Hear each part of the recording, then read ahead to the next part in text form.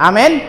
So, dito po sa atin pong tatalakayin ngayong umaga, ay nais ko pong tayo pumunghay po muli sa Brother Rafi na yun pong 1 Corinthians chapter 10, verse 12. Sabi po rito sa Tagalog Bible, sa version po ng akin pong salin ng akin pong Bibliang dala, ay dito po sa TPB. TPB is Tagalog Popular Version. Sabi po rito ay ganito, kaya't mag-ingat ang sinumang nag-aakalang siya'y nakatayo at baka siya matisod. Inuulit ko, isang verse lang naman, kaya't mag-ingat ang sinumang nag-aakalang siya'y nakatayo at baka siya matisod. Hallelujah! Hallelujah! Sa mga oras na ito, nais ko pong tayo pong lahat ay tumunghay muli sa panalangin at tayo po ay magkaroon ng panalangin sa pangkalahatan bago tayo po manghingi sa Panginoon ng panalangin para sa atin pong guidance. Okay, so tayo pong lahat ay yumuko at manalangin. Lord, sa umaga pong ito, Panginoon, narito po kami muli, Panginoon, nagpapakumbaba sa iyo. Sa mga oras na ito po, Panginoon, marami pong tao, Panginoon, ang nahihirapan. Marami po, Panginoon, ang nagdurusa. At marami po, Panginoon, ang hindi na nakayanan ang mga problema.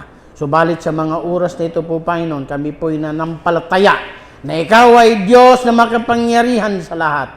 At, Panginoon, kaya niyo pong baguhin ang lahat ng bagay sa isang iglap dahil Ikaw ay makapangyarihan. Lord, sa mga oras na ito po, Panginoon, Lord, ang amin pong dalangin, Panginoon, lahat ng mga naroon sa may bibigat na suliranin, anong klase man ito, Panginoon, Lord, amin pong nalaman na Ikaw, O Diyos, ay tumutulong sa amin sa pagharap sa mga problema ng upang magtagumpay. Kaya, Lord, sino man o ano man ang kanila pong kinakaharap na suliranin, ayo po silang tulungan at nang sila po, Panginoon, ay magtagumpay. At Lord, sa umagang ito, Panginoon, sino man ang mga nasa banig ng karamdaman, at Lord, lalong-lalo na po, Panginoon, yung aking kapatid, Panginoon, na nakaranas ng stroke, Lord, in the mighty name of Jesus, ano man ang mga sinasabi ng doktor, Lord, in the mighty name of Jesus, sa iyo pong kapangyarihan, sa iyo pong mga kamay, ay wala pong imposible. At Panginoon, Ikaw, Lord God, ang siyang magbangon sa Kanya mula sa karamdaman at kaya niyo pong hilumin ang lahat ng klaseng epekto ng stroke o ano mga nito, Panginoon. In the mighty name of Jesus, hallelujah, we claim the healing from your holy throne. At Panginoon, i-release sa Kanya, Panginoon, hallelujah. Ang sabi mo, Panginoon, sa pamagitan ng iyong mga latay, kami ay nagsigaling kay po, Panginoon, in the mighty name of Jesus.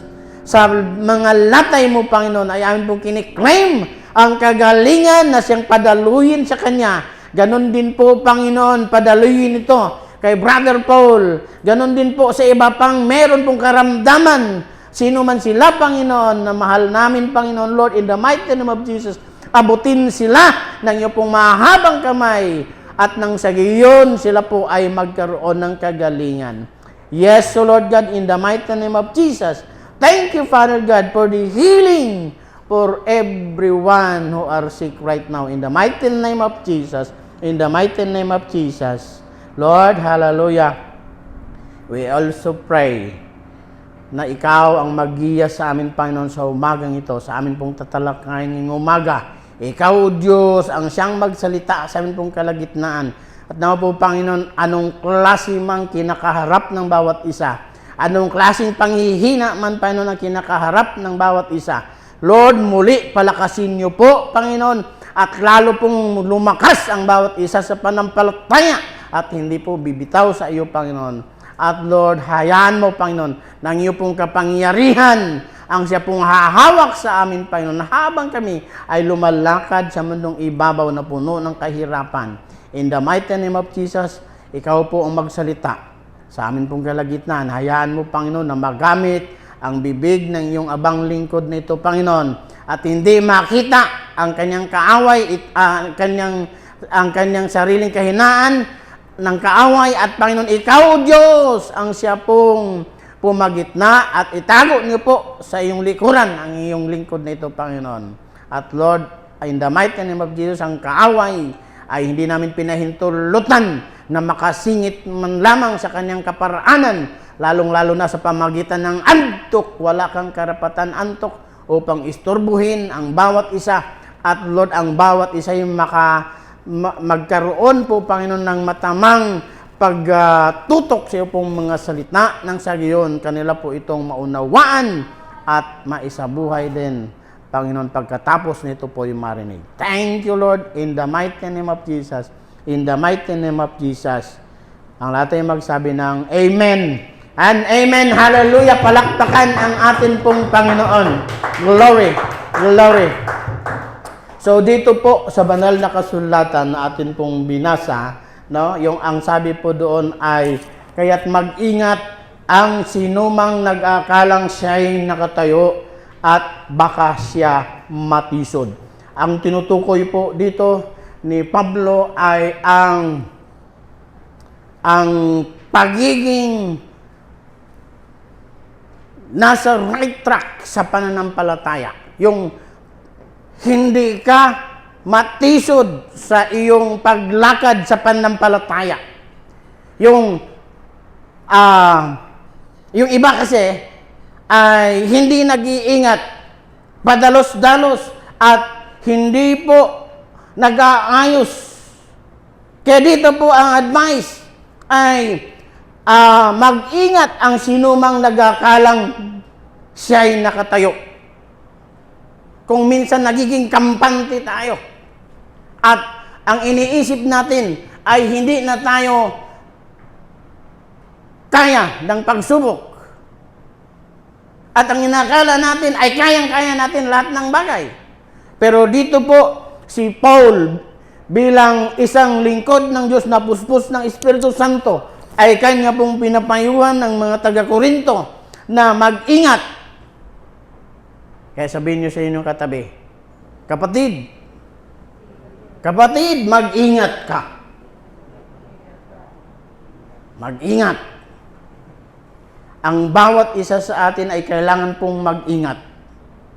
At nang sa gayon, ano man yung ating masagupa, tayo po ay hallelujah, hindi po matalo o hindi kayang gibain ng anumang klaseng naninira yung mga kampon ni Satanas na gusto tayong igupo, gusto tayong gapiin, ay hindi tayo kayang igupo dahil tayo po yung nag-iingat. Amen? Baka isang araw, nagugulat ka na lang na wala ka na sa Panginoon. Yun pala, meron lang isang maliit na bagay, natisod ka na. O meron lang isang maliit na bagay, ay nanlumo ka na. At kamukat-mukat, wala ka na sa Panginoon. Baka ikaw ang tinutukoy po dito na hindi po nakapag-ingat at kaya naman dumating yun pong pagsubok sa buhay ay bigla ka na lang nawala sa iyong pananampalataya. Ang ibig sabihin po dito ay yung pagiging minsan yung hindi natin pag-iingat, yung immaturity, yun pong hindi pagiging alerto, kaya tayo po ay bumibigay. Nariyan po ba ang bawat isa? Sa umaga pong ito, nawa sa pamagitan ng salita ng atin pong Panginoon na atin pong tatalakayin ngayong umaga, ito po'y akin pong pinamagatang mag-ingat ang nag-aakalang siya'y nakatayo. Mag-ingat. Mag-ingat palagi. Lagi po nating sinasabi, pag meron pong umaalis ng bahay, sino man na tawag nito, meron pong pupuntahan, at kung minsan kahit sa mga girlfriend o kaya boyfriend na gusto mo siyang lagi pong safe, ay lagi mong sinasabihan na ingat, ingat, No? So, ganyan po ang lagi po nating nababanggit. Bakit? Napakahalaga ng pag-iingat. At tayo pong isa ngayon ay sinasabihan ng banal na kasulatan na tayo po ay mag-ingat. Pero sa pag-iingat ay mayroon po tayong kailangang gawin. Hindi po yan na sinasabi pong mag-ingat ay wala ka nang kailangang gawin. Meron kang kailangang gawin. Paano mo ingatan ang iyong sarili. Amen? Hindi po porque sinabi na sa iyo na mag-ingat, basta ganun na lang ang ginagawa mo. Siyempre, pag nag-iingat ka, meron kang kailangang gawin. Kung patungkol sa paglilingkod sa Panginoon, kung ikaw ay nag-iingat na hindi matalisod, hindi mawala sa Panginoon, meron po tayong kailangang gawin. Amen? At dito po sa banal na kasulatan, meron po akong 3 bagay na tatalakayin sa atin pong pag-aaral ngayong umaga. Meron pong 3 bagay na dapat nating gawin upang hindi mabuwal o hindi mawala sa presensya ng Panginoon o hindi matalisod. Unang bagay ay sa Josue 1:6 hanggang 9. 1:6 hanggang 9. Dito po sa Josue. At dito po, meron pong sinasabi ang banal na kasulatan. Sabi po rito,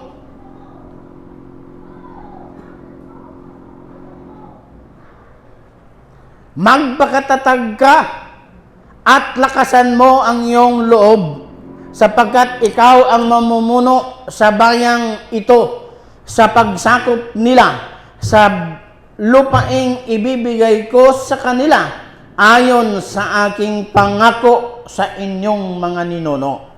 Basta't magpakatatag ka at lakasan mo ang iyong loob, sundin mong mabuti ang kautusan ibinigay sa inyo ni Moises. Huwag kang sumuway sa anumang nakasaad doon at magtagumpay ka saan ka man magpunta. Huwag mong kaligtaang basahin ang aklat ng kautusan. Pagbulay-bulayan mo iyon araw-araw at gabi upang matupad mo ang lahat ng nakasaad doon. Sa ganoon, magiging masagana at matagumpay ang iyong pamumuhay. Tandaan mo, ang bilin ko, magpakatatag ka at lakasan mo ang iyong loob. Huwag kang matakot o mawala ng pag-asa, sapagkat akong si Yahweh na iyong Diyos ay kasama mo saan ka man magpunta. Hallelujah! Hallelujah! So dito po sa magkasunod-sunod na verses, sa 4 verses na magkasunod sa Josue 1:6 hanggang 9, diyan po makikita po natin ay ilang beses binanggit ang salitang magpakatatag. Ilang beses na binanggit ang salitang magpakatatag, lakasan ang iyong loob. So dito po, unang bagay na dapat po nating gawin para natin maingatan ang ating pong sarili ay ang pagpapakatatag. At saan ba tayo magpapakatatag? Tayo po ay magpakatatag sa atin pong pananampalataya sa Diyos. Kailangan natin pong tatagan ang atin pong pananampalataya sa Diyos. Sa ganito pong kalagayan na marami po tayong daranasin na mga paghihirap pa, kailangan natin tatagan ang atin pong mga sarili. At si Josue po dito, sa banal na kasulatan, sa aklat po ni Josue, ay meron siyang kakaharaping bagong tungkulin. na kailangan po niya paninindigan. At siya po ay medyo po naiilang, medyo natatakot, medyo nangangamba. Pero ang advice sa kanya, magpakatatag. Una, binanggit po sa 6, ang sinasabi po dyan, magpakatatag ka at lakasan mo ang iyong loob. Sumunod sa 7, basta't magpakatatag ka at lakasan mo ang iyong loob. At sumunod po sa 9, binanggit po uli, tandaan mo ang bilin ko. Magpakatatag ka at lakasan mo ang iyong loob. Ang ibig pong sabihin po dyan ay napakahalaga na yung atin pong mga sarili ay magpakatatag. Magpakatatag sa pananampalataya sa Diyos, yamang siya po ang atin pong Diyos na maaasahan. Siya yung Diyos na nag-aatas sa atin para tayo po'y magtagumpay sa lahat ng klaseng pagsubok dito sa atin pong kalagayan, sa atin pong pagharap sa pang-araw-araw na buhay. Kailangan po tayong magiging matatag. Kailangan po natin magpakatatag. At sa dako pa roon, sa mga darating na araw, hindi natin alam kung ano po ang mangyayari. Kung masisidhi pa, luluwag na, ano mang bagay ang darating ay hindi po natin natitiyak. Pero kung tayo po ay matatag sa atin pong pananampalataya sa Diyos, ano mang bagay ang darating, tayo po ay handa at tayo po ay meron pong lakas na ito po'y pagtagumpayan dahil ang atin pong mga puso't isipan ay matatag na nanampalataya sa atin pong Panginoon. Amen? Wala bang palakpak sa Panginoon? Hallelujah! Glory! Glory! Hallelujah! So dito po ay iniutos sa atin na tayo po ay magpakatatag. Napakalaga po ng pagpapakatatag sa atin pong pananampalataya. Yung bang hindi tayo kayang gibain ng anumang klaseng makapangihina sa atin. Maraming nakapangihina. Maraming mga bagay na nakapanlulumo.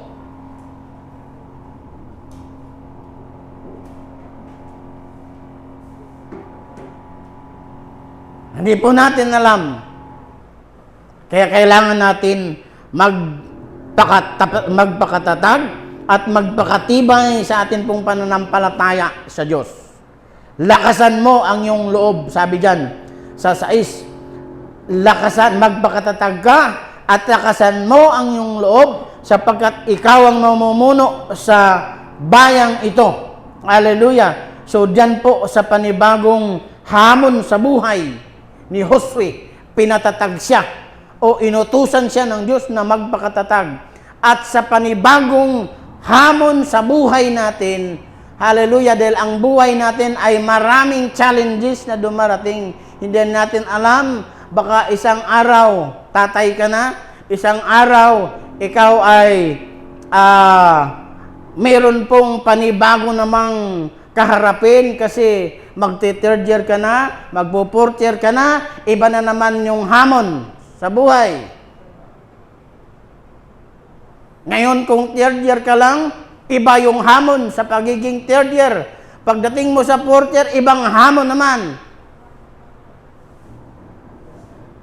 Iba po yung hamon sa high school, mas lalong nag-iiba yung hamon pagdating po doon sa senior high school. At pagdating sa kolehiyo, iba na naman ang hamon na nando doon. Kaya tayo po bilang mananampalataya ay kailangan pong magpakatatag.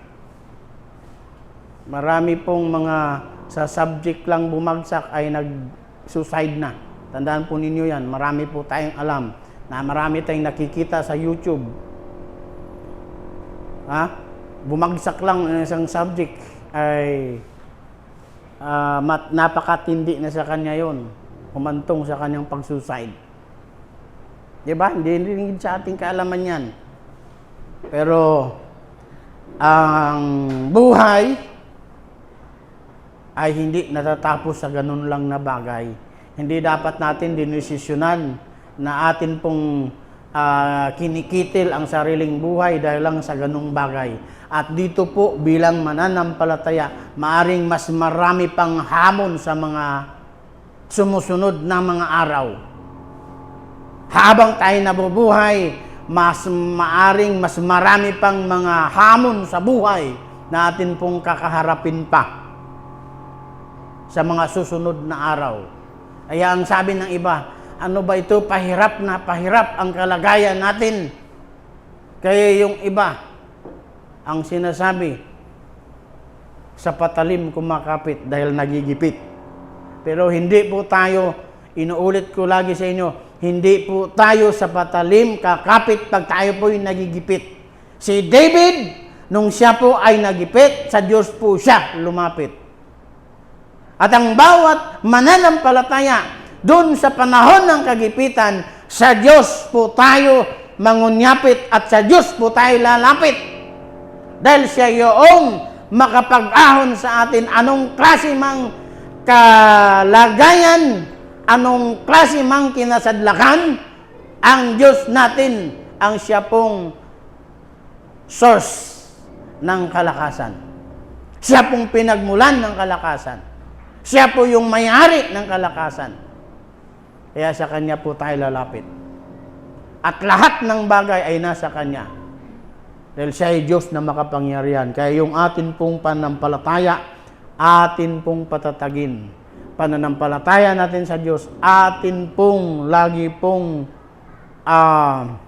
ang tawag nito, atin pong inurture, atin pong abunuhan, atin pong lagi pong paunlarin, trabahuhin natin para umunlad. Hallelujah. Para umunlad, paunlarin natin. Katulad po ng ginagawa nung mga ni Paul sa mga taga Corinto.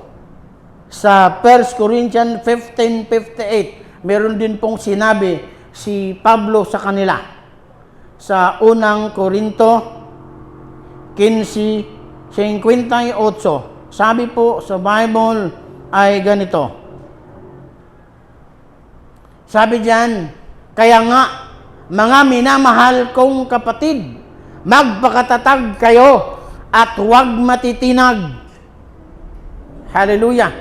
Maging masipag kayo sa paglilingkod sa Panginoon dahil alam ninyong hindi masasayang ang inyong paghihirap para sa Kanya. Hallelujah.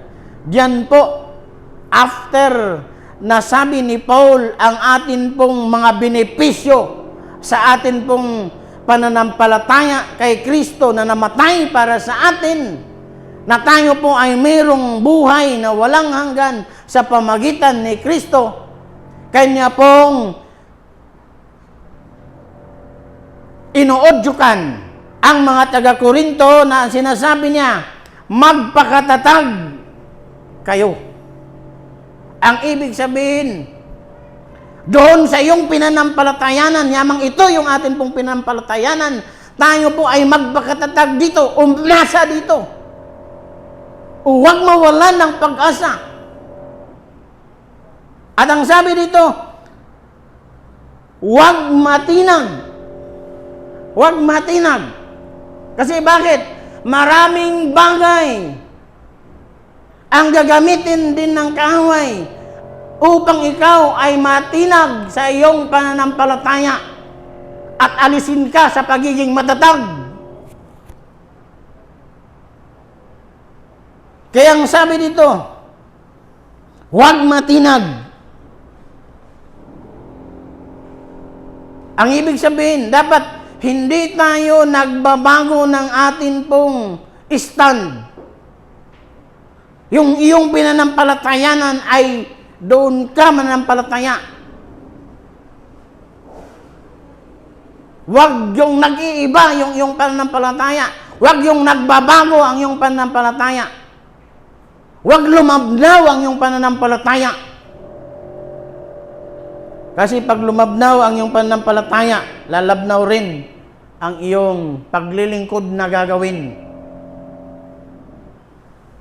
Kung ang pananampalataya mo ay humihina rin ang iyong paglilingkod sa Diyos.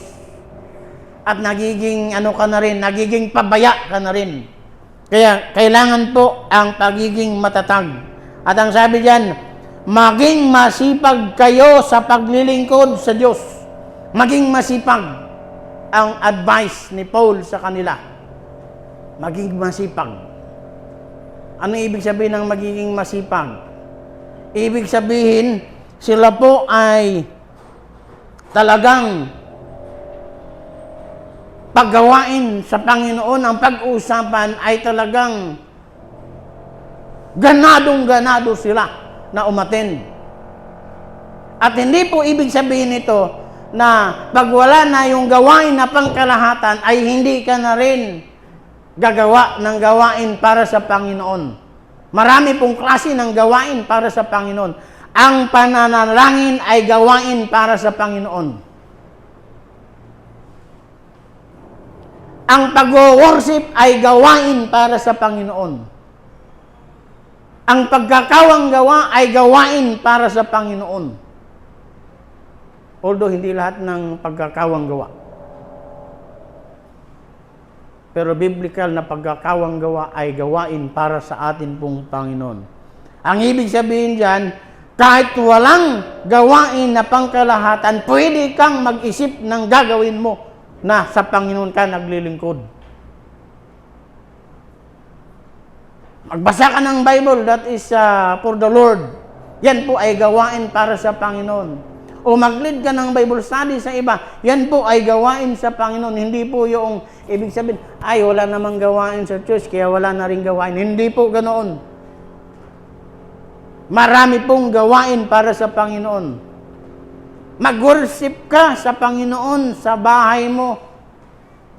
Kung naroon ka lang sa bahay kasi sinasabing stay at home, mag-worship ka sa Panginoon. Mag-aral ka ng Bible. Mag-pray ka, mag-intercede sa iba. Gawain po yan para sa Panginoon. Hallelujah. Nandyan po ba kayo? Glory to God. Yan po ang sinasabi po sa atin. Then, another one. Sa 16:13. Forward lang isang chapter sa verse 13 ng 1 Corinthians 16. Ang sabi po rito ay ganito, maging handa kayo at magpakatatag sa inyong pananampalataya. Hallelujah. Yan po, sa kanyang pag-conclude, maging handa kayo at magpakatatag sa inyong pananampalataya. Yan, magpakatatag tayo sa atin pong pananampalataya. Kailangan nating tatagan ang atin pong pananampalataya sa Diyos. Mas marami pang mga bagay na darating. Di natin sure ang bukas. Kaya, ang atin pong pananampalataya sa Diyos ay atin pong patatagin. At ang sabi pa dyan, maging matapang kayo at matibay. Maging matapang kayo at matibay. Hallelujah. Matapang at magpakatibay. Iba po ang pagpapakatapang. Ang ibig sabihin dyan ng pagpapakatapang o pagiging matapang ay matapang na humarap sa mga pagsubok. Matapang na humarap sa hamon ng buhay. At matibay. Dahil bakit? Matatag ka sa pananampalataya. Kasi yun ang unang advice ni Paul. Magpakatatag sa inyong pananampalataya. Tandaan po natin, ang kaaway walang ibang gagawin, kundi hilahin tayo pababa. Mula sa atin pong pananampalataya, tayo po'y hilahin pababa. At kaya naman, marami din siyang taktika para tayo po ay mawala sa Panginoon. Nandyan po ba kayo? Marami siyang taktikang ginagawa para tayo ay hindi makapagpapatuloy sa atin pong paglilingkod sa Panginoon. At pag hindi tayo nagpakatatag, hindi tayo nagpapakatibay, hindi tayo matapang na humarap sa mga hamon sa buhay, sa mga taktika ng dyablo, malalaman mo na lang isang araw wala ka na sa paglilingkod sa Panginoon. Amen? Kaya tayo po'y magiging matatag nawa. Last verse in this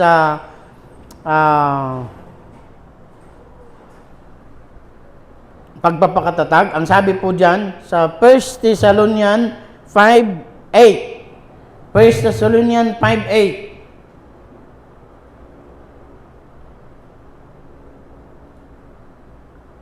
Ang sabi dito sa 5:8,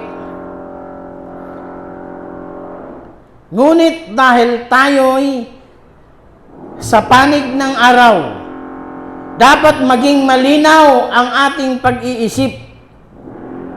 Isuot natin ang baluti ng pananampalataya. Hallelujah. Kanina, yung sinasabi tayo po ay magpakatatag. Dito po ngayon naman ay isuot natin ang baluti ng pananampalataya.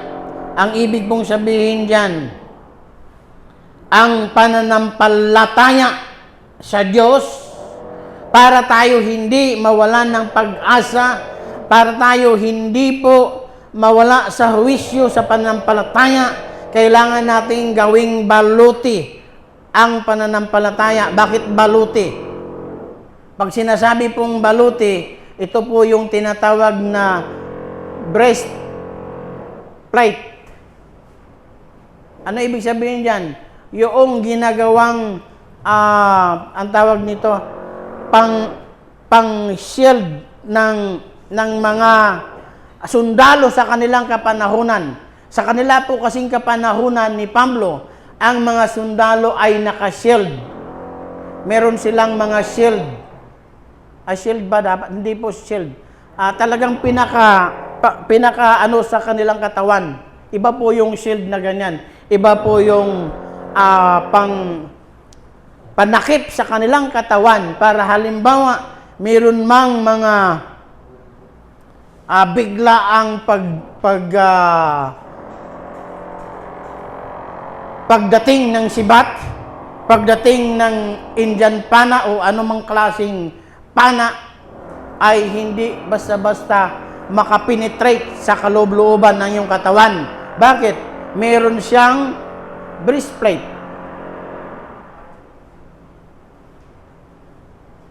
At ito ang sinasabi, ang pananampalataya ay gawin nating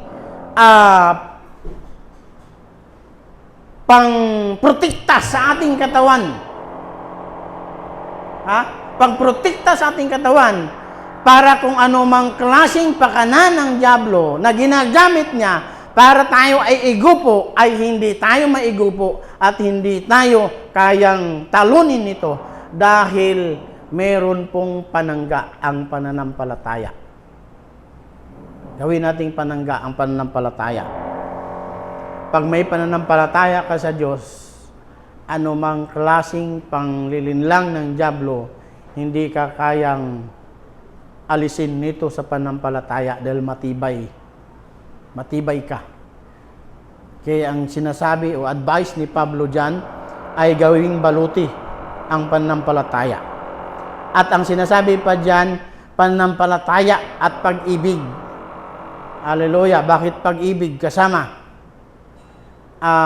Either na pag-ibig sa kapwa o pag-ibig sa Diyos. Kasi bakit? Yan po ay kailangan. Kailangan natin para natin protektahan ng iba. Pinoprotektahan mo sila dahil mahal mo sila o iniibig mo sila. Bakit ka nagpakatatag sa iyong pananampalataya sa Diyos? Dahil mahal mo ang Diyos. Kaya yan po ang sinasabi. Din ang sinasabi po dito, nakasunod, ang sinasabi po dyan ay, hallelujah, isuot ang helmet ng pag-asa sa pagliligtas na gagawin sa atin ng Diyos. Isuot na helmet. Bakit helmet? Bakit helmet ang sinasabi na isuot ang pag-asa? Kasi ang pag-asa ay nasa atin pong kaisipan, nasa atin pong isip. Pag nawala na yung pag-asa na yan, iba na, nagiging marka-bahala ka na.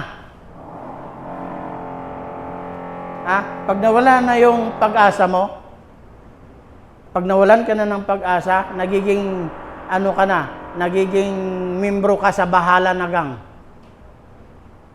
Bahala na. Yung iba sabi, patay kung patay, bahala na. Anong mangyari? Bakit? Wala na siyang pag-asa. Kaya kumbaga yung iba, ang ginagawa dyan pag wala ng pag-asa, nag-aamok. O kaya'y basta, wala na sa juwisyo ang kanyang ginagawa. Bakit? Nawalan ng pag-asa.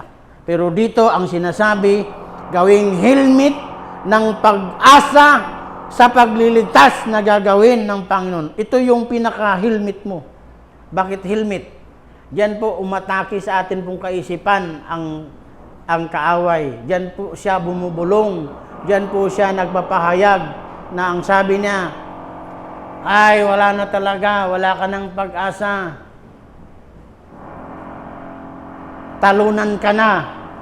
Kaya mag-ano ka na lang, umatres ka na lang, umalis ka na lang. Ganyan po ang kaaway, ganyan po ang pag-uudyok ng kaaway. Kaya ang nangyayari naman sa'yo, pag hindi mo isinuot yung helmet ng pag-asa, nawawala talaga yung iyong pananampalataya. Nawawala yung anumang klaseng mga bagay na pinanghawakan mo dahil nawalan ka ng pag-asa. Kaya gawing helmet ang pag-asa. Gawing helmet. Pagka sinasabi po dyan, pagka helmet ay pananggayan sa ulo mo.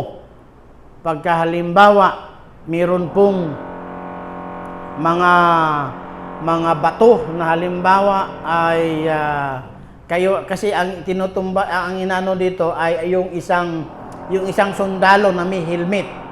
Ang helmet na tinatawag dito, helmet hindi po yung helmet sa motor, yung helmet ng isang sundalo na mayroon pong pinoprotektahan ang ulo mo para nandyan ka pa rin, handa ka pa rin makikipaglaban. Kasi nga, pagka nawalan ka na ng pag-asa, bigla ka na lang lulusob doon sa mga kaaway mo ng kahit anong mangyayari sa'yo. At kung wala kang helmet, mas madali kang mapatay ng kalaban. Pero yung helmet na yan ay protekta sa iyong kaisipan. Pero dapat lagi kang nasa tamang pag-iisip. Kaya ang sinasabi po dito, malinaw ang pag-iisip. Ninais ni Pablo na ang bawat isa dapat maging malinaw ang ating pag-iisip. Malinaw ang pag-iisip.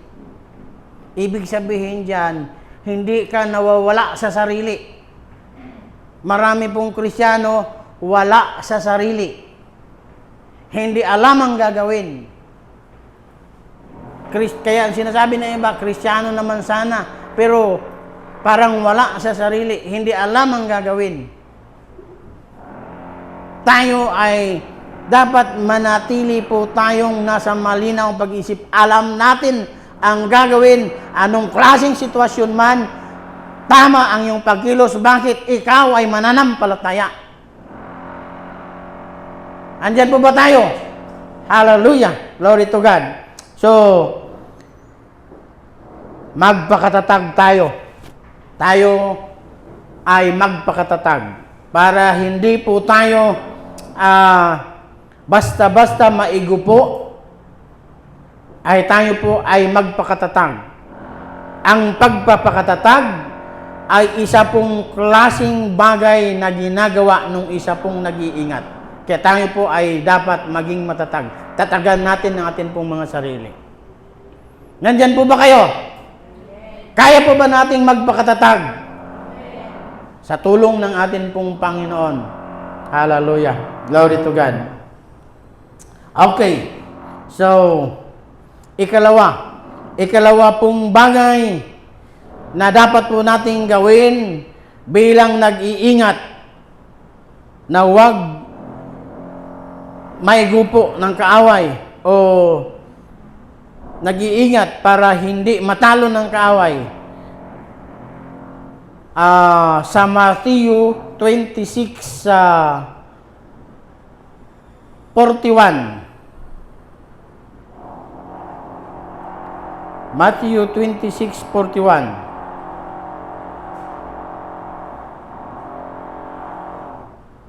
Ang sabi po dito ay, ano sabi dyan, Rafi?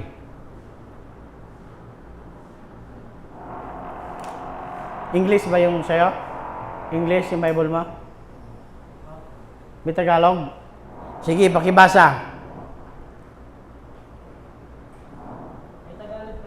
Sige, Tagalog, pakibasa.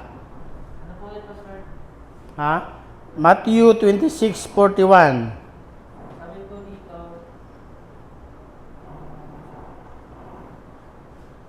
Matthew 26:41, magbantay kayo at manalangin upang huwag kayong madaling ng tukso.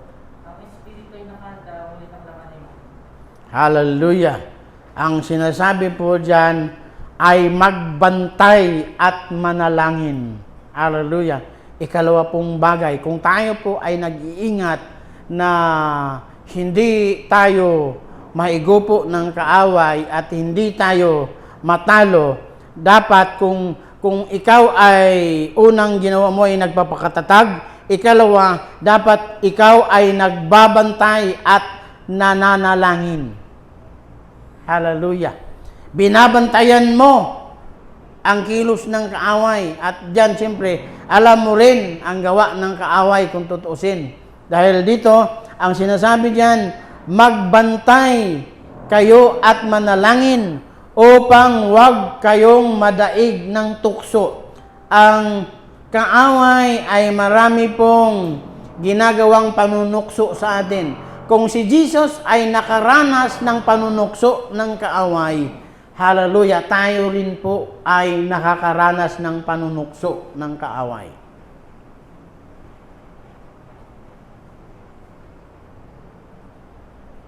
Sa ngayon pong kapanahunan, na panahon ng kahirapan,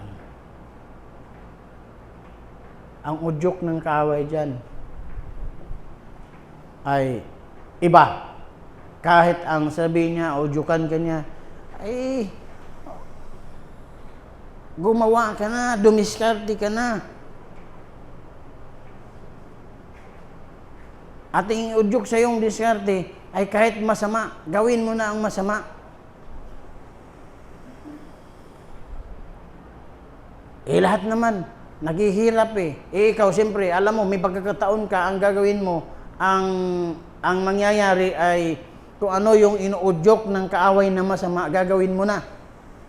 Pag hindi ka nagbantay, pag hindi mo nalaman na yun pala ay udyok ng kaaway, gagawin mo na din. Kaya ang sinasabi diyan, magbantay.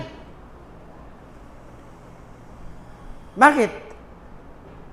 Baka hindi mo alam yung inuudyok sa iyo ay udyok ng kaaway at ibuyo ka.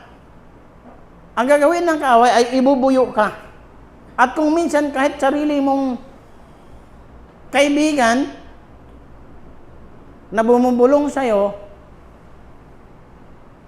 lalong-lalo na yan kung magkaibigan mo na hindi mananampalataya, natural yan, mag-uudyok sa iyo ng mga bagay na ganyan.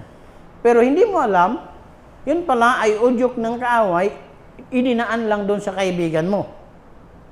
Pwede pong maging ganon. Kaya nga sinasabi sa atin, kahit yung atin pong mga kaibigan ay dapat nating piliin. Hindi po masama ang pagkakaroon ng mga kaibigan. Pero yung kaibigan natin ay atin pong piliin. Siyempre, masamang kaibigan yan, ang iuudyok din sa iyo dyan, ang ipapayo din sa inyo dyan, ay masamang payo. Naintindihan po ba natin? Pero tayo, alamin din natin ang udyok ng kaaway. Kaya tayo, pinayuhan na magbantay. Lahat ba ng mga payo ng kaibigan ninyo ay, ang tawag nito, tama? Hindi po, mayroong mga payo minsan ng kaibigan na tawag nito, ipapasama ka lang lalo.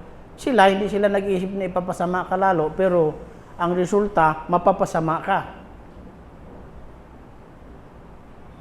Kaya dito, kailangan din natin yung wisdom. Kaya tayo po yung magbantay. Magbantay.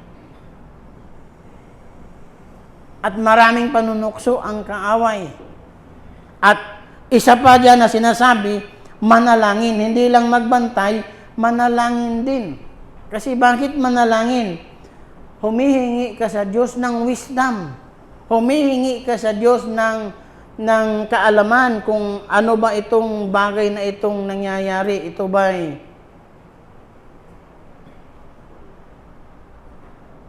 okay lang ba na ganito ang gawin ko? Hindi. Humihingi ka, tawag nito, kaya ka nananalangin, humihingi ka ng guidance ni Lord. At the same time, humingi ka rin ng kalakasan. Humingi ka ng guidance, humihingi ka ng kalakasan kay Lord sa pamagitan ng panalangin. Kasama yan ng atin pong pagbabantay. So marami pala tayong dapat na gawin. Magbantay, manalangin. Yung dalawa na yan ay pinagsama. Manalangin, magbantay at manalangin. Si Jesus kasi, ang kwento po dito sa Matthew 26:41, ay si Jesus ay nananalangin sa Gethsemane. Nung nananalangin siya, sinama niya si Pedro, si Santiago, saka si Juan. Doon sa pinakaibaba, nandoon yung 9 na tawag nito. Hindi, 8 lang. Kasi si Judas nandoon na, nakipagkunsaba na doon sa mga huhuli kay Jesus. Nananalangin si Jesus, kasama yung 3, dinala niya si Juan, si Santiago, doon sa mas malayo pa. Bali, nandito yung 8. Ang sabi, isang pukol ng bato, ay nandun naman ang layo ni Jesus. Sinama niya yung 3. At sa unahan pa kunti, nandun si Jesus nagpe-pray na mag-isa. At sinasabihan niya yung 3, manalangin kayo. Ang inisip ni Jesus, ang 8, ang 3 ay nagpe-pray. Pero nakailang balik siya, hindi sila nagpe-pray. Natutulog. Katulad ng ibang mga kasama nyo dyan, natutulog. Ngayon. Imbis na inutusan ni Lord Jesus na mag-pray, ang ginawa, natutulog. Nakailang balik si Jesus sa kanila.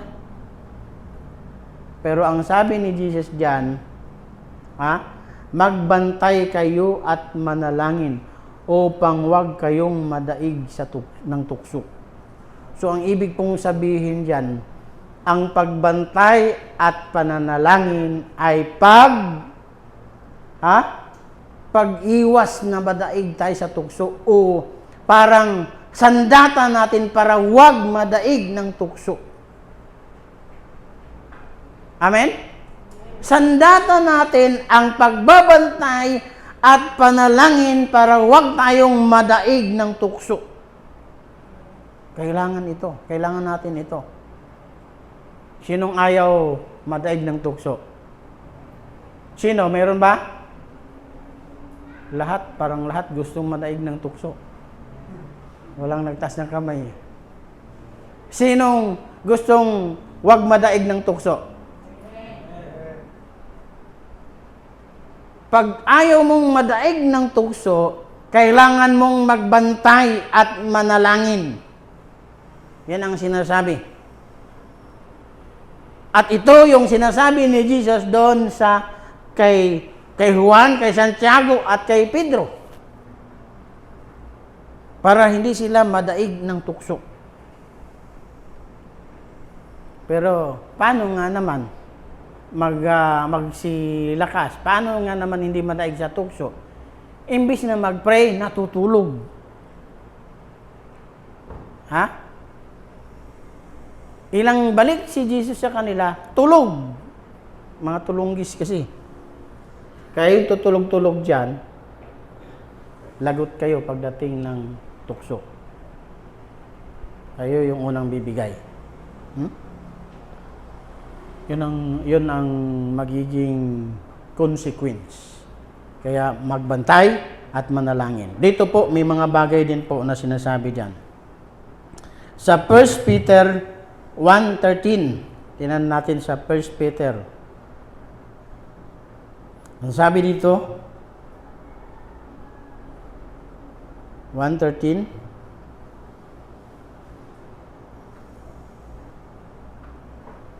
kaya nga ihanda ninyo ang inyong mga isipan para sa dapat ninyong gawin. Maging mahinahon kayo at lubos na umasa sa pagpapalang tatamuhin ninyo kapag nahayag na si Jesucristo. Kaya nga ihanda ninyo ang inyong mga isipan para sa dapat gawin. Hallelujah. Ihanda ang mga isipan para sa dapat gawin. Ibig sabihin, lahat ng bagay na dapat gawin, pag-isipan. Pag-isipan. Anong ibig sabihin na pag-isipan? Siyempre, titimbangin muna kung ito'y mabuti at hindi. Kung ito'y angkop o hindi. At ang sinabi diyan, maging mahinahon. Nandoon yung kahinahunan, nakahanda ka, at ikalawa, mahinahon ka. Yung dalawang bagay po dito na binigyang diin. Nagbabantay ka, nanalangin ka, kaya nakapaghanda ka at nagiging mahinahon ka. Ano bang katumbas ng mahinahon? Ang ibig sabihin dito, hindi ka padalos-dalos. Pagka padalos-dalos ka, ang maaring maging decision mo ay hindi tama. Pag hindi tama, may tama. Ganyan ang mangyayari. Kaya pag may tama, pagdating ng panahon, problemado ka. Hallelujah. Glory to God. So, dyan, ang ina-advise sa atin ay maghanda. Doon sa ibang salin ay maghanda, magpakatatag sa lubos ninyong pag-asa o sa inyong mga inaasahan. Sabi dito, uli, basahin ko, maging mahinahon kayo at lubos na umasa sa pagpapalang tatamuhin ninyo kapag nahayag na si Jesucristo. So patungkol pa rin sa pananampalataya. Patungkol pa rin sa pananampalataya. Yung nakahanda ka, nagiging mahinahon ka, iba na yung nasa malinaw yung isip eh. Nagiging handa ka, mahinahon ka, at ibig sabihin dyan, lahat ng magiging decision mo ay tama. Ayos. Hindi, dahil malinaw ang iyong isip, ibig sabihin, nagiging okay yung lahat, hindi pa dalos-dalos, kaya tumpak ang iyong nagagawa. Amen? Okay, patuloy tayo. Sa 1 Thessalonians 5:17. Anong sinasabi dito? Lagi natin binabasa ito. 1 Thessalonians 5:17. Sabi diyan ay, palagi kayong manalangin. Sa English po yan, ang sinasabi po doon, na minsan pinagtatalunan ng iba, pray without ceasing. Pagka pray without ceasing, sa Tagalog, sa ibang salin ng Tagalog yan ay manalangin ng walang patid. Ang ibig sabihin, walang tigil na panalangin. Pag walang tigil na panalangin, ang sabi ng iba, nagpipilosopo, ay ano nang gagawin ko dyan? Wala na akong gagawin kasi mananalangin na lang ako ng mananalangin. Hindi po. Ganito po yon. Ang ibig sabihin, ano man ang ginagawa mo, nandun ka pa rin sa diwa ng panalangin, nagpipray ka sa isipan mo. Ibig sabihin, lagi kang nakikipag-communicate kay Lord. Lagi kang nakikipag-communicate kay Lord. Ano man ang ginagawa mo, inisip mo, Lord, tulungan mo ko dito sa ginagawa ko. Lord, i-bless mo itong ginagawa ko. Ganyan po ang ibig sabihin dyan na manalangin ng walang patid. Kahit ano man ang iyong ginagawa, pwedeng nandoon ka sa diwa ng panalangin. Hindi yan ibig sabihin wala ka nang gagawin, kundi mag-pray ka na lang ng mag-pray. Hindi po ganon. So, okay. Patuloy po tayo. Sa Efeso 6:12 hanggang 17 yan. Dito sa Efeso, marami po siyang sinasabi dito sa atin. No? Ang sabi diyan ay ganito. 6:12. Ang sabi diyan, sapagkat hindi tayo nakikipaglaban sa mga tao, kundi sa mga pinuno, sa mga may kapangyarihan, at sa tagapamahala ng kadilimang umiiral sa sanlibutang ito, ang mga hukbong espiritual ng kasamaan sa himpapawid. So diyan, sa ayaw natin sa gusto, meron po tayong kalabang mga hukbong masamang espiritual sa himpapawid. Yan po yung katotohanan. At hindi po tao ang atin pong kalaban. Pero ang masakit talaga minsan kasi kahit tao, pwedeng gamitin, pwedeng udyukan, at minsan kinukubabawan. Ano ba tawag dyan? Pasensya na sa word. Kung minsan sinasamahan ng kaaway para gamitin sila para ikaw ay kalabanin. Pero hindi sila yung kalaban. Pero sila ang ginagamit ng kaaway. Kaya nakakalungkot. Pero yung pinagmulan doon, nagamit sila ng kaaway para sa'yo, ang dyablo ang gumagamit. Ayon po dito. Yan po yung sinasabi dyan. Pero hindi sila ang kalaban natin, ang kaaway na gumagamit sa kanila.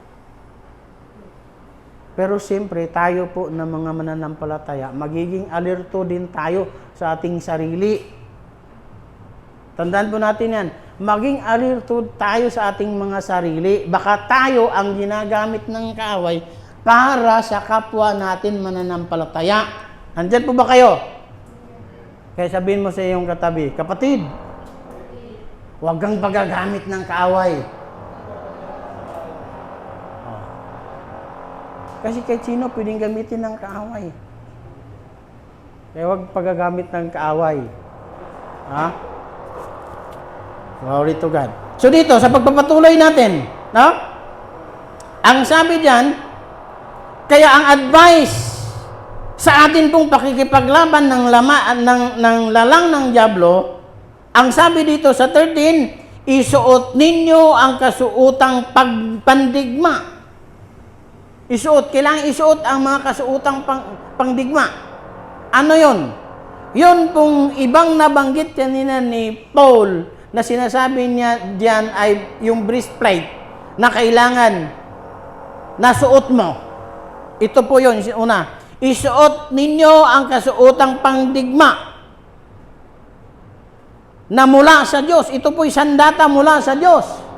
Una, sa gayon, makalalaban kayo kapag dumating ang masamang araw na sumasalakay ang kaaway. Oh, yan, hindi. Sinong nakakaalam na sumasalakay ang kaaway sa kanya? Wala. Walang nakaalam.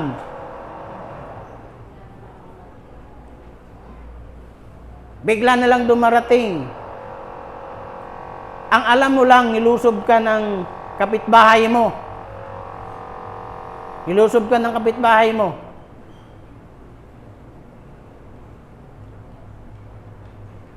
Yun pala, ginagamit ng kaaway yung kapitbahay mo. Ipinatulan mo naman, pariyo na lang kayo. Ha? Pariyo na kayo nagamit ng kaaway. Kasi yung kapitbahay mo, ginamit ng kaaway, ikaw din pumatol ka rin. Dalawa na kayo ginamit ng kaaway. Ginulo na kayong dalawa. Oh, tingnan niyo yung pangyayari. Diba? Dahil bakit? Kung ginamit siya ng kaaway, dapat nagiging may nahon ka, hindi ka pumatol.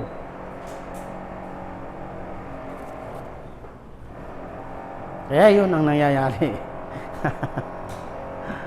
Ito God. So, sumunod, sabi dito, ha? So, sa masamang araw na sumalakay ang kaaway, upang pagkatapos ng labanan, ay matatag pa rin kayong nakatayo. So, ibig sabihin, paglusob ng kaaway, hindi ka natalo, kundi nanalo ka pa rin. Nakatayo ka pa rin sa bandang huli. Hindi yung, ang tawag nito, yung bang natalo mo yung kaaway, pero naghihingalo ka rin. Anong tawag dyan?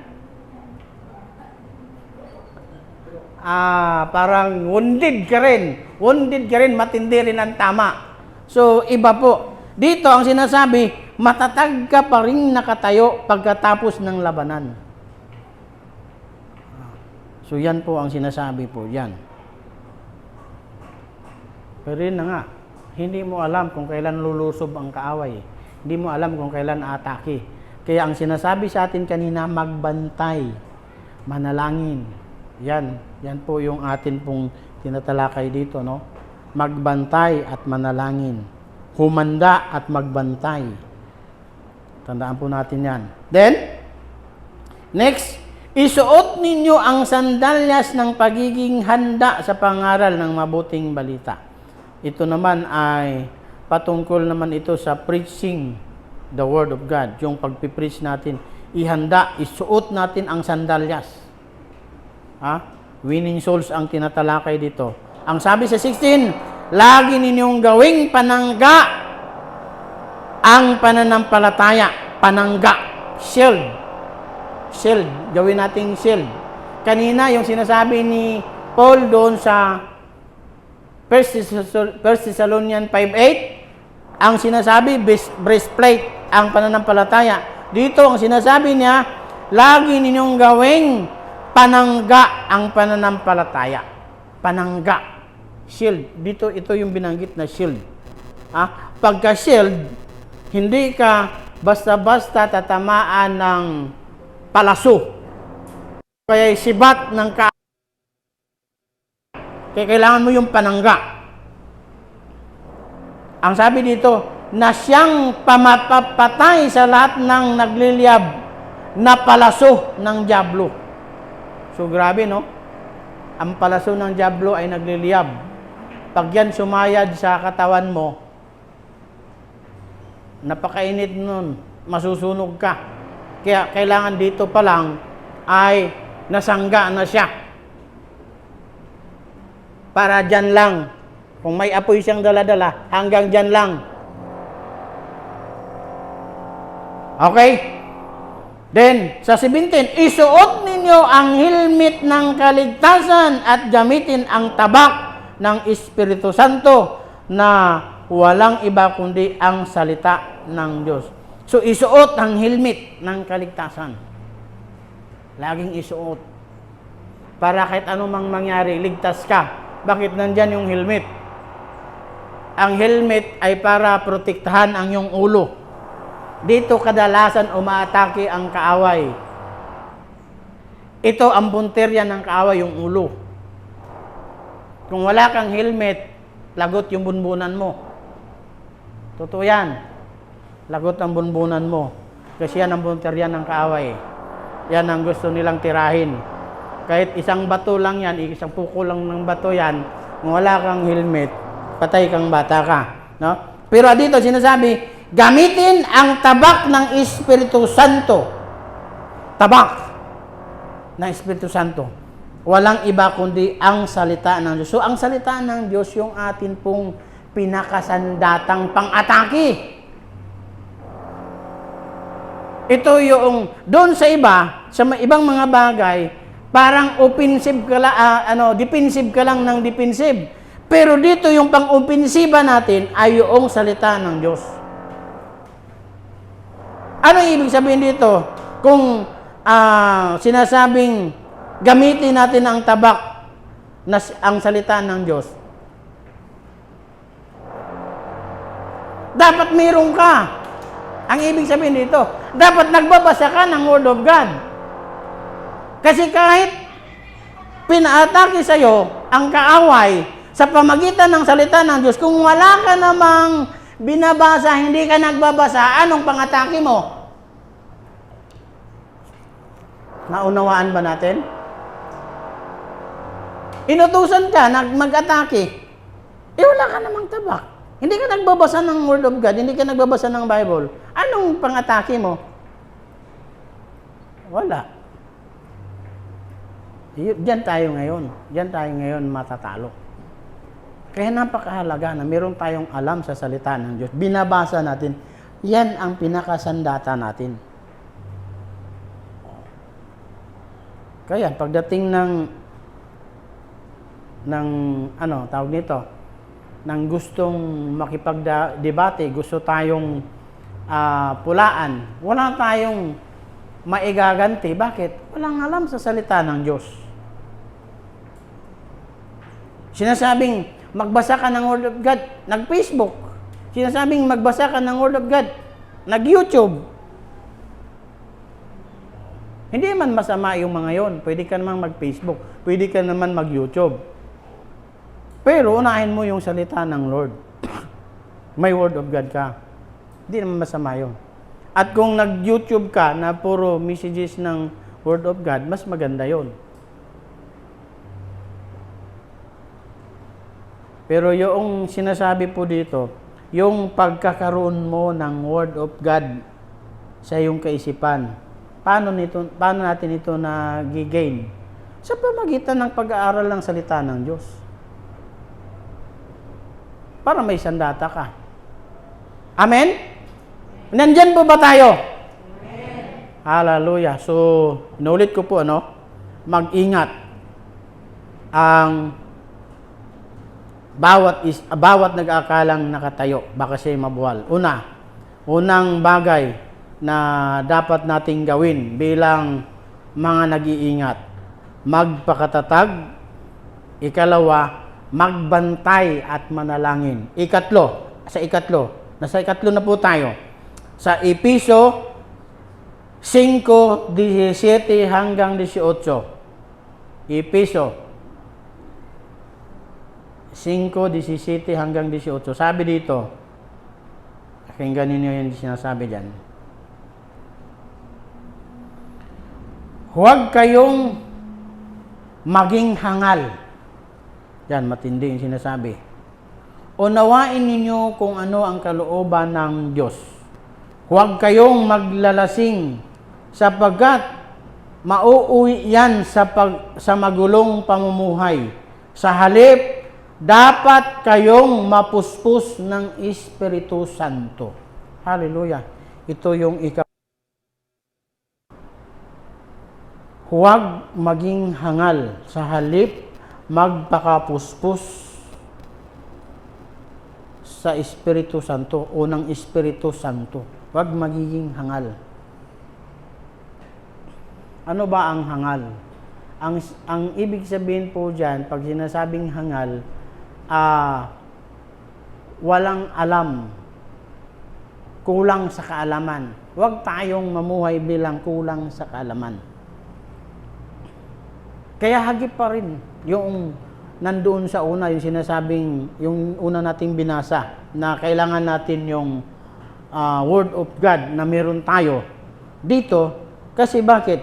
Kung ikaw ay namumuhay na parang isang hangal, ang ibig sabihin dyan, walang alam sa salita ng Diyos, ang pinapayo sa atin, huwag tayong mamuhay na ganoon. Kaya ibig sabihin, kailangan sarili. Sa ayaw natin sa gusto, kailangan natin inurture ang salita, ang ating sarili sa salita ng Diyos. Kailangan natin punuin ang salita ng Diyos yung ating sarili. Kasi panlaban natin yan eh. Ha? Dito, ano bang sinasabi niyang mga hangal? Ang mga hintil, ang sinasabi po niyang mga hangal dyan. Ang mga hintil kasi, ang mga tao kasi doon sa Episo ay ito, ganito sa Episo 4:17 hanggang 21 lang muna tayo. Dito, sabi dito.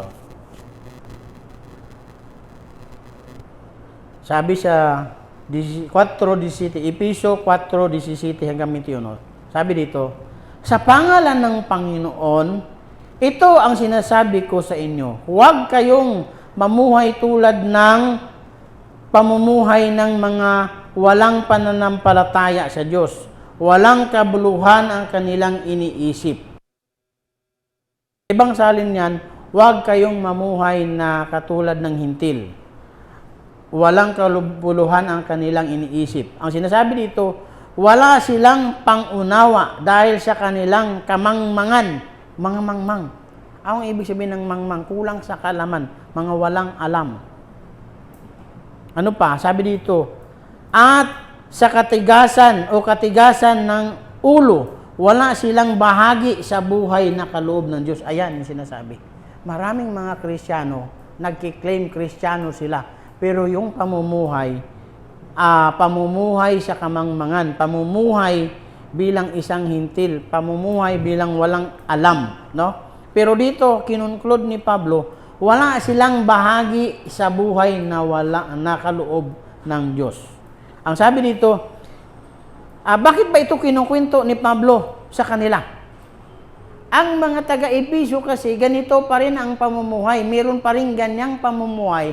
Kahit sinasabi nilang sila'y mananampalataya na at maraming mananampalataya, ganito pa rin ang buhay. Sinasabi nilang, malakas silang magsasalita na sila ay mananampalataya, pero yung buhay nila, buhayan lang. Nakakalungkot, di ba? Ang sabi dito, sila'y naging alipin ng kahalayan at wala silang kahihiyan kaunti man lamang. Wala silang inaatupag kundi pawang kalaswaan. Hindi ganyan ang natutuhan ninyo tungkol kay Kristo. Ayan yung sinasabi.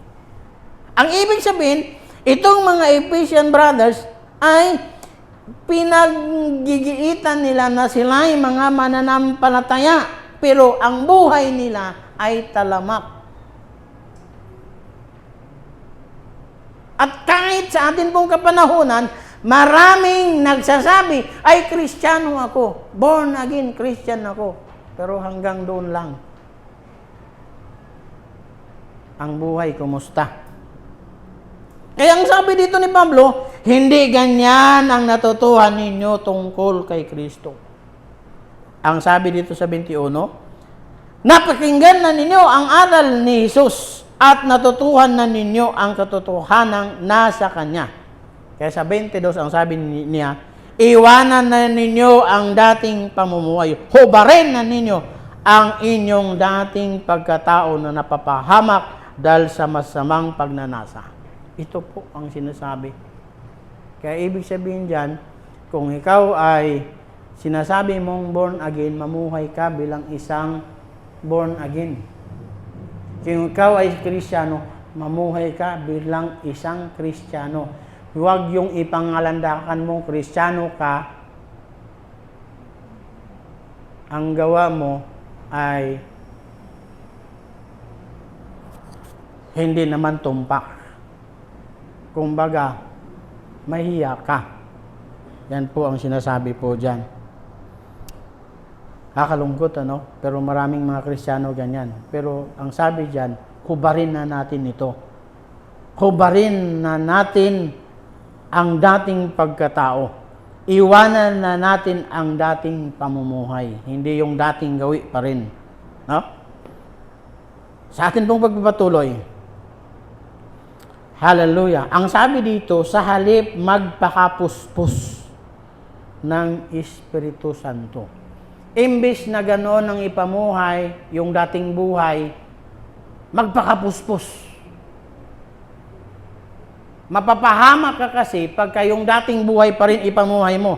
Ang sinasabi sa atin, magpakapuspos. Sabi doon sa 5:18 ng Episo, no? Magpakapuspos, huwag maglalasing. Ang paglalasing kasi bahagi ito ng sinasabi po doon na gawain ng mga hintil.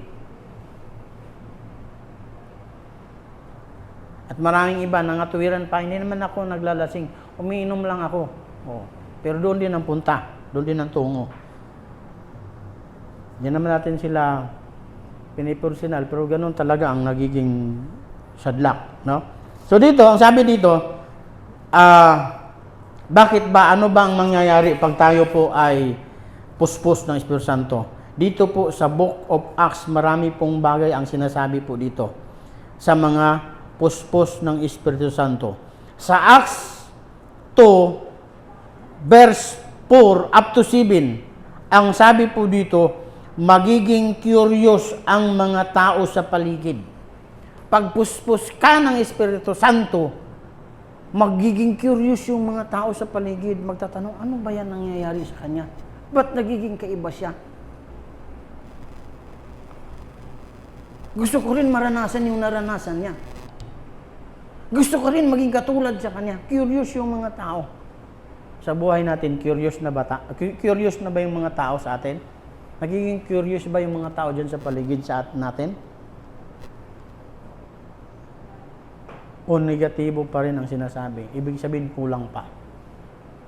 Kulang pa. No? Kailangan natin pong hallelujah. Gawin pa yung ipinagagawa ni Lord sa atin. Ikalawa, Acts 4:8 to 10. Acts 4:8 to 10. 8 to 10, Acts 4:8 to 10. Sabi dito, sumagot si Pedro, napuspos ng Espiritu Santo, mga tagapanguna at pinuno ng bayan, kung sinisiyasat ninyo kami ngayon tungkol sa kabutihang ginawa namin sa lumpong ito at kung paano siya gumaling, nais kong malaman ninyong lahat at ng buong Israel na ang taong ito ay nakatayo sa inyong harapan at lubusang gumaling dahil sa kapangyarihan ng pangalan ni Jesucristong taga Nazaret na ipinako sa krus, ngunit muling binuhay. So dito po, may ilang bagay dyan na sinasabi patungkol sa isang puspos ng Espiritu Santo. May tapang siya na magsalita kahit doon sa mga pinuno. Di ba pag mga pinuno, tamimi tayo dyan? Ay, ano yan? Barangay kagawad yan. Ay, kapitan yan. Ay, mayor yan. Ay, ano yan. Di ba? Ganun pagka ganun. Pero dito si Pedro, napuspos ng Espiritu Santo, may tapang siya na nagsalita kahit sa mga pinuno ng bayan.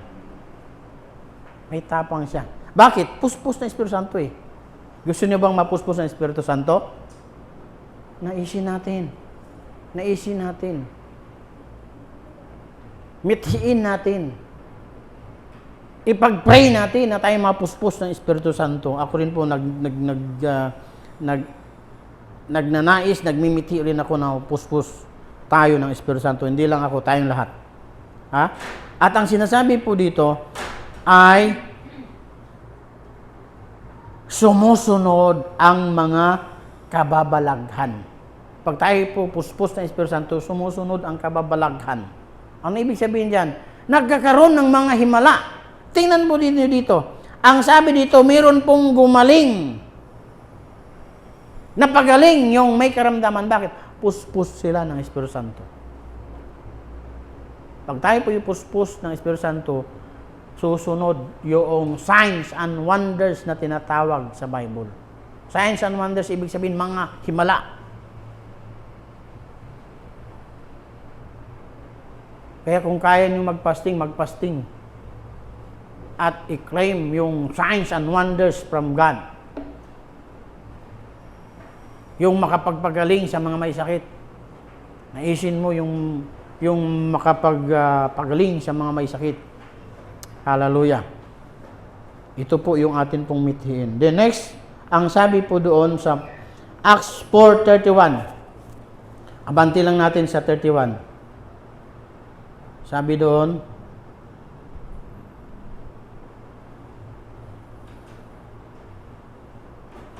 pagkatapos nilang manalangin, nayanig ang kanilang pinagtitipunan. Silang lahat ay napuspos ng Espiritu Santo at buong tapang na nangaral ng salita ng Diyos. Hallelujah. Nung mapuspos sila ng Espiritu Santo, nagkaroon sila ng tapang, buong tapang, hindi lang tapang, hindi basta-basta tapang, buong tapang na nangaral ng salita ng Diyos. Kaya ibig sabihin, kung tamimi ka ngayon, pag ikaw ay napuspos ng Espiritu Santo, magkaroon ka ng tapang. Siyempre, naisin natin, mitiin natin na tayo mapuspos ng Espiritu Santo. Para tayo magkaroon ng tapang. Para hindi tayo tamimi lang pagka sino dyan nagsalita. Wala tayong masasabi.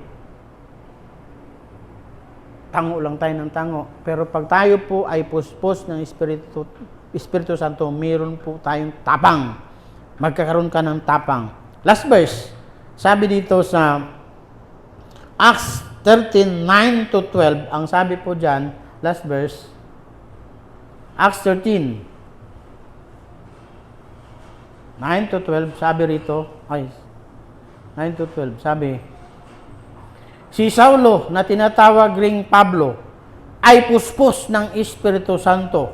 Tinitigan niya si Elimas at pinagsabihan, ikaw, anak ka ng dyablo, kaaway ka ng lahat ng mabuti, puno ka ng pandaraya at kasamaan. Bakit ba lagi mong pinipilipit ang katotohanan tungkol sa Panginoon? Ngayon, parurusahan ka niya, mabubulag ka sa loob ng kaunting panahon. Noon din, naramdaman ni Elimas na parang tinakpan ng maitim na ulap ang kanyang mga mata at siya'y naghanap ng taong aakay sa kanya. Sumampalataya ang gobernador nang makita ang nangyari. Hallelujah. What a good happening. Tingnan nyo yung nangyari. No? Pag tayo po ay puspos ng Espiritu Santo, ang sinasabi po dyan ay magkakaroon ng mga deliverance. Magkakaroon ka ng kapangyarihan to drive out demons. Dito po, ang sinasabi po dyan ay dinrive out ni Pablo yung demonyo na nakay Elimas. Si Elimas po, ito po ay sinasaniban ng masamang espiritu. Pero through Paul ay dineliver niya si Elimas. At ang kasunod na sinasabi diyan ay conversion of some politicians. Ibig sabihin, kahit po yung mga politicians na nasa itaas ang mga ranggo ay magkakaroon ng pananampalataya. Makumbinsi mo sila. Bakit? Mayroong signs and wonders. So, siyempre, naisin na natin ito. Mithiin natin. Doon natin ibabad yung ating sarili sa pagmimithi nito. No? Amen? So, sa atin pong pag-iingat para hindi tayo mabuwal, meron po tayong gagawin. Una, magpakatatag sa atin pong pananampalataya ang tinutukoy dyan. Palakasin ang pananampalataya. Lalong palakasin ang pananampalataya. Ikalawa, magbantay at manalangin. Hindi po tayo nakatunganga lang pag tayo po ay nag-iingat. Kasama rin ang pagbabantay at pananalangin. Kasi dyan sa pagbabantay at pananalangin, merong wisdom na ibibigay si Lord sa iyo. At nananalangin ka, humihingi ka ng guidance ni Lord. Si Lord ang magigiya sa iyo. Then, ikatlong bagay, huwag maging hangal. Sa halip, magpakapuspos sa Espiritu Santo. Pagka ganun po ang kalagayan natin, hindi po tayong kayang ibuwal ng kaaway. Amen? Hindi po tayo kayang ibuwal ng kaaway. Kahit anumang klaseng pagsubok ang dumating, hindi ka kayang ibuwal ng kaaway. Bakit? Ikaw ay nag-iingat. Ikaw ay nag-iingat. At dahil ikaw ay nag-iingat, ginawa mo yung pagpapakatatag, ginawa mo yung pagbabantay at nananalangin ka.